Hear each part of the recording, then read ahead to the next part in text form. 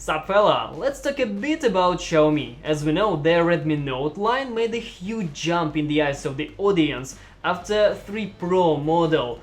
Then their smartphones were more or less regularly successful, but even despite some drawbacks, nice hardware, large battery and huge screens were still making buyers happy and Xiaomi more money. Nowadays they have up to the notch filled lineup with released products. Even the 9th generation of Redmi Note has got 4 models, similar to each other like 2 peas in a pod. Simple Redmi Note 9 and 9S carry some justified compromises, but what's the deal with Redmi Note 9 Pro? Welcome to Tech Fellas, mine is Bogdan and let's take into it.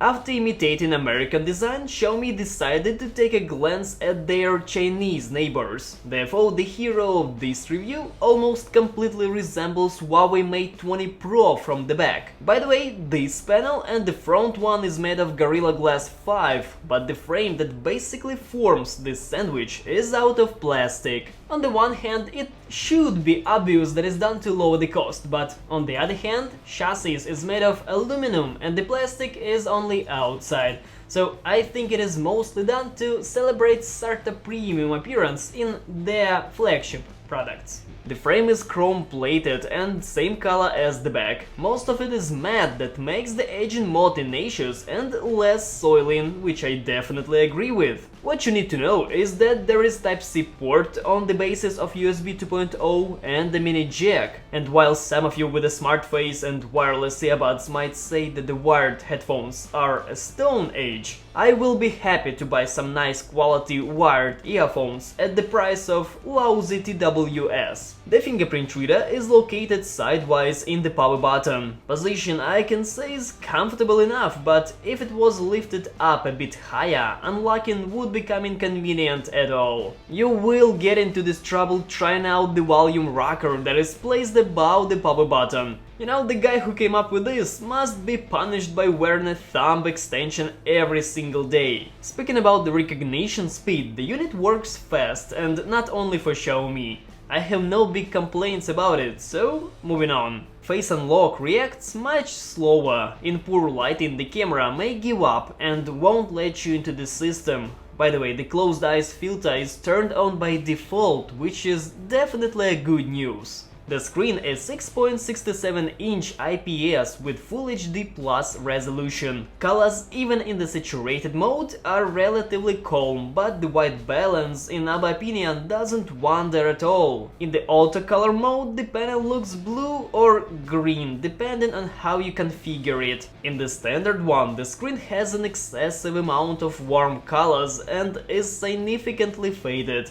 Long story short, we couldn't find the middle ground with this. On the other hand, viewing angles by the standards of IPS displays are close to perfection, and the brightness adjustment range is just okay. The bottom of this value is satisfying. The maximum one on the street under the direct sunlight makes the screen readable, but not the most comfortable in the world. In the best traditions of budget smartphones that try to imitate expensive ones, the corners of the screen are rounded and the front camera is punched right into it. If in the case of AMOLED screens this rarely bears something negative, the backlight in this LCD fades gradiently along the upper and lower edges of the screen, as well as around the camera. This is not always visible, but demanding fellas who think that a smartphone can cost less than $300 and get a high-quality screen will be disappointed. More consistent reason to be disappointed, at least for me, is cause of the performance. The responsible one for that is Qualcomm Snapdragon 720G chipset. The smartphone has 6 gigs of RAM, the storage may vary with 64 or 128 gigs, and you can expand the memory using a microSD card that has got a separate slot in the card drawer. So, the performance. Why this 720 chip works so bad here, I don't know. Playing games doesn't please with a stable picture, even in the first battle in World Tanks Blitz on a cold phone and the top graphics. Jagging always popped up and FPS can drop below 25 more than once or twice. The system doesn't work smoothly either, and the drill here is not in a 60Hz screen because third-party software doesn't tend to lag. In any case, even the Redmi Note 9 and the crappy Helio chipset was even more pleasant to me. The fact that the smartphone has optimization problems is proved by a throttling test, because although the performance losses are small, it's only some chicken 20%. But this moment comes not later than in 15, maximum 20 minutes. It's seemingly saying to hell with all the thermal grease, copper screens, graphite front panels and other stuff that comes across inside the body. The only good thing about the firmware is that the absence of NFC will say goodbye to you when buying this phone. The battery life brings good emotions. A typical user will get bored 2 days between plugging the phone to a charging port.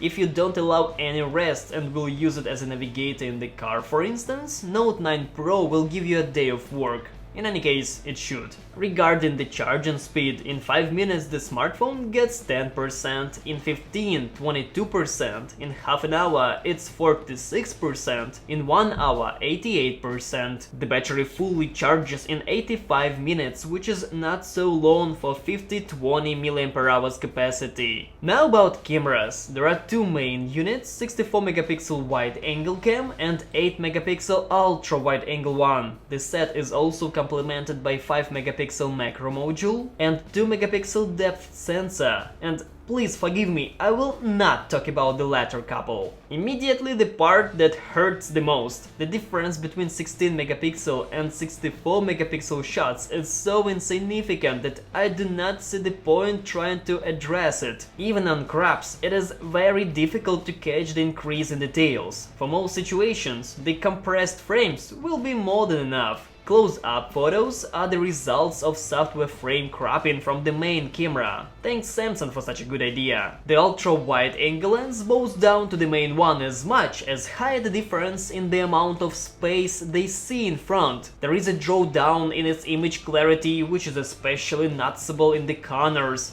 and dynamic range is narrow, but not to the critical point. In general, the widest lens here is pretty usable. The main cam can be called good, because it successfully saves on the photo what's hiding in the shadows and avoids overexposed spots when shooting a contrasting scene. It sometimes takes nice shots against the light, and frankly it's difficult to find what's to blame it for with basic criteria of the smartphone's price range. Overall, it is comfortable to shoot with this cam, and doesn't require much dancing around to take a shot normally. By the way, night mode works only with the main camera, but it works, so here's to Redmi. The outcoming pics are far from the flagship quality level, however the camera deals with the main tasks. Details are in place, light sources get darkened, colors are more or less believable. Honestly, I was pleasantly surprised with it. As for the video, the cherry on the top here is 4K resolution, coming again only from the main camera. There is no stabilization during the shooting, and saturation for some reason is too strongly adjusted. Ultra-wide lens takes rather poor quality videos, and this is all the time I can spend discussing them. The front camera gets C+ grade from me. In total, selfies do not look bad, but without HDR there is almost no dynamic range in here. Also, it's better not to crop them, because the detailing doesn't catch stars from the sky. Let's switch the topic. The sound. With the proper choice of headphones, the lovers of aesthetics will receive a standard smartphone sound without significant decorations or distortions. High frequencies are in the place and in a full amount. Mids are not damped. Bass is a bit too much for my taste, but we can definitely live with it. There is only one speaker in the device, and it lives at the bottom. It sings pleasantly without squeaking and yelling at maximum volume. But the volume is exactly the weakest link in here. In the apartment you will surely hear the ringtone, but using the speakerphone in the car might become troublesome. Even in the subway it will be hard for the smartphone to get into your ears. Getting closer to the conclusions, the smartphone's price from the official seller dances around $260. Frankly, for the same money you can find many better things, especially from Xiaomi. For instance, last year Mi 9T will please someone who needs AMOLED screen, built-in fingerprint reader and slightly more powerful chipset. Next big competitor in our opinion is Realme 6 Pro that undeniably works faster and has a 90Hz screen. Overall, there are alternatives depending on your wishes, but I must say that none of them has bigger or at least the same battery as Redmi Note 9 Pro.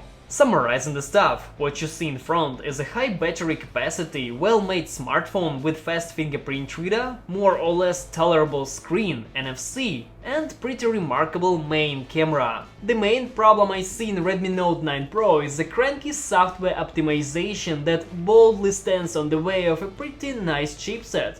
I'll say if you believe that Xiaomi will put some grease on these gears in the future updates, then it's indeed a pretty good choice. As for non-believers, a few seconds ago you got a pretty decent list to choose from.